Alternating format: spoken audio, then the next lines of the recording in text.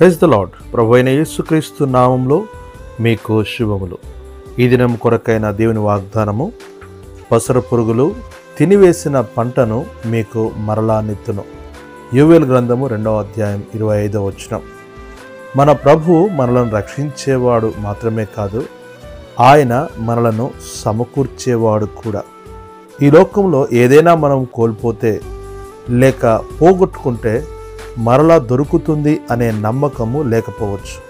కానీ మన ప్రభు అయిన యేసుక్రీస్తులో తిరిగి పొందుటకు అవకాశం ఉంది. అయితే ఎలా?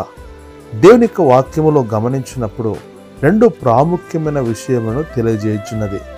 మొదటిదిగా ప్రభు చెంతకు రావడం, రెండవది కోల్పోయిన వాటి విషయమై ప్రభు సన్నిధిలో పశ్చాత్తాపంతో ఒప్పుకొని ప్రార్థన చేసినప్పుడు తప్పక పొందగలము. అంతేకాదు, ఈ సమయంలో దేవుని ప్రేమ మనపై అపారముగా కుమ్మరించబడుతుంది. ఇదే ఇశ్రాయేళ్ల జీవితంలోనూ, తప్పిపోయిన చిన్న కుమారుని విషయంలోనూ, ఇంకా అనేకుల యొక్క జీవితంలో చూడగలం.